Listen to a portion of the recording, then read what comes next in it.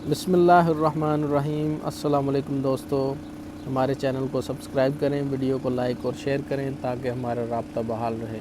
مرض جو اس وقت پوری دنیا کے اوپر خوف و ہراس پھیلائے ہوئے ہے، اس کے خوفناک سائے میرے وطن پاکستان کے اوپر بھی ہیں۔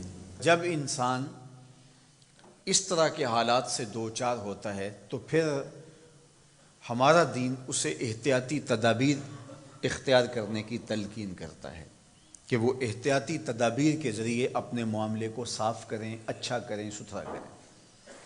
اور آج محکمہ صحت کی جانب سے جو جاری ہدایات ہیں ان کو آپ پڑھیں اور اس کے مطابق آپ عمل پیرا ہوں، تو اس میں جو نمایاں ہدایت ہے وہ یہ ہے کہ بار بار اپنے ہاتھ دھوئیں، بار بار آپ کلی کریں، ناک میں پانی ڈالیں، اپنے چہرے کو دھوئیں۔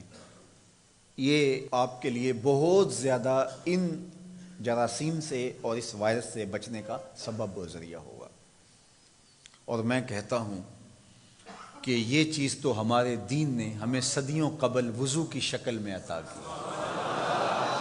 صدیوں قبل وضو پر وضو کرنا ہمارے دین نے ہمیں سکھایا ہے۔ نماز کے لیے وضو شرط ہے، اور وہ ایک وضو بھی اگر آپ کا 5 نمازوں کے لیے کفایت کرتا ہے تو ٹھیک ہے، لیکن اگر تم ہر نماز کے ساتھ نئے سرے سے وضو کرو، وضو کے باوجود وضو کرو، تو یہ وائرس سے نجات کا ایک ایسا نسخہ ہے جو صدیاں قبل آمنہ کے لال نے ہمیں عطا کیا۔ تو یہ ہمارا دین ہمیں سکھاتا ہے۔ میں کہتا ہوں کہ سائنس آج بھی سوالی بن کے محمد کی چوکھٹ پہ کھڑی ہے، حضور کی دہلیز پہ کھڑی ہے۔ دوسری بات، جب وبائیں پھیلتی ہیں، بیماریاں پھیلتی ہیں تو انسان متاثر ہوتے ہیں، تو اس عقیدے پر کبھی بھی ضعف نہ آنے پائے کہ کل من عند اللہ، جو کچھ ہوتا ہے وہ اللہ کی طرف سے ہوتا ہے۔ اللہ کے اذن کے بغیر ایک پتا بھی جنبش نہیں کرتا۔ ہمیں اگر کوئی بیماری لاحق بھی ہو جائے تو وہ اللہ کے اذن کے بغیر نہیں ہوتی، اور اس بیماری سے موت کا وقوع پذیر ہونا اللہ کے اذن اور اس کی اجازت کے بغیر نہیں ہوتا۔ اور وہ اگر چاہے تو ہماری حفاظت فرمائے، اور اگر وہ چاہے تو اس بیماری سے آغوش موت میں ہم اتر جائیں۔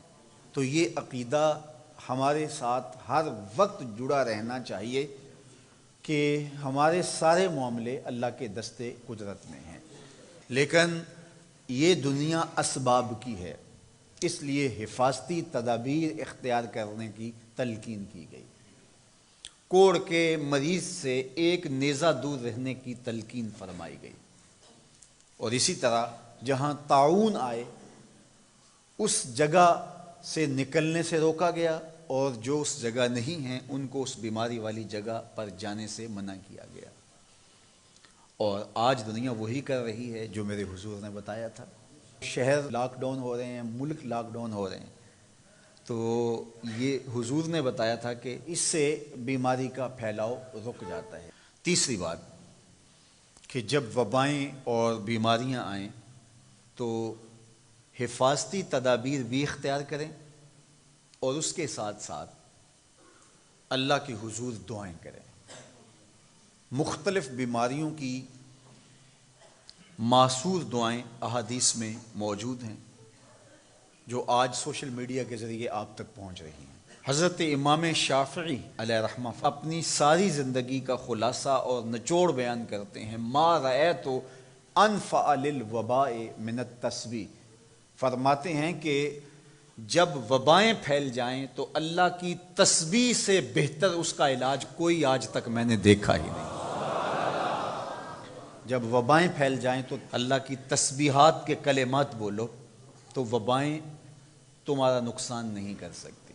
اور حضرت سیدنا عمر رضی اللہ تعالی عنہ فرماتے ہیں کہ لو نزلت صاعقۃ من السماء ما اصابت مستغفرا، آسمان سے بجلیاں بھی گرنے لگیں تو جو استغفار پڑتا ہے اس کو کوئی غضن نہیں پہنچے گا، اس کو کوئی نقصان نہیں پہنچے گا۔ تو کثرت کے ساتھ استغفار کیجئے، کثرت کے ساتھ اللہ کی تسبیح بولیے۔ اور اس کے حضور رجوع کیجئے، توبہ کیجئے اور صدقہ کثرت کے ساتھ کیجئے، اور اللہ کے پاکیزہ گھروں میں آ کر کے آپ اس کے حضور دعائیں، التجائیں اور تمنائیں کیجئے۔ حضرت محمد بن عبد الرحمن الکرشی فرماتے ہیں کہ 7ویں صدی ہجری میں مصر میں ایک طاعون پھیلا جس سے اموات ہونے لگی اور روز جنازے اٹھتے تھے۔ لوگ گھروں میں تھے تو بیماری گھروں پہ دستک دیے بغیر داخل ہوتی تھی اور جنازے اٹھتے تھے، لوگ پریشان ہو گئے۔ تو کہتے ہیں جب حالات قابو سے باہر ہو گئے تو ہم اپنے بچوں کو لے کر، اپنی بیویوں کو لے کر اللہ کے گھروں میں پناہ لی۔ تو کہا جب اللہ کے گھروں میں ہم نے پناہ لینا شروع کی تو اللہ نے ہماری حفاظت فرمائی۔ تو مسجدیں اللہ جل شانہ کے پاکیزہ گھر ہیں، اور مسجدوں کے اندر اس کے حضور آ کے رجوع کریں، گڑ گڑائیں، معافی مانگیں۔ یہ موقع خاص طور پہ غرباء کی اعانت اور مدد کا ہے۔ امراء تو 2 3 مہینے کا راشن گھر میں لا کے جمع کر کے بیٹھ گئے، لیکن دوسری جانب وہ غرباء، وہ لوگ جو روز کی روٹی کماتے ہیں اور روز اپنے بچوں کا پیٹ بھرتے ہیں، اب جب روزگار بند ہوئے اور ملک میں لاک ڈاؤن ہو گیا تو ان کے لیے وہ اسباب، وہ ذرائع رزق کے حصول کے بند ہوئے، تو وہ بھوک سے اگر مر جائیں تو یہ اس وائرس سے زیادہ دردناک وائرس نہیں ہے، چونکہ لوگوں کو وہ وائرس نظر آتا ہے جو میڈیا دکھاتا ہے۔ تھر کے اندر کتنے لوگ بھوک نامی وائرس سے مر رہے ہیں۔ اس لیے صدقہ و خیرات کیا جائے، معصورہ دعائیں پڑھی جائیں، خوف زدہ ہونے کی بجائے حفاظتی تدابیر اختیار کی جائیں، اور کثرت کے ساتھ استغفار کیا جائے، اور کثرت کے ساتھ اللہ کی تسبیح پڑھی جائے، تو انشاءاللہ اللہ ہماری حفاظت فرمائے گا۔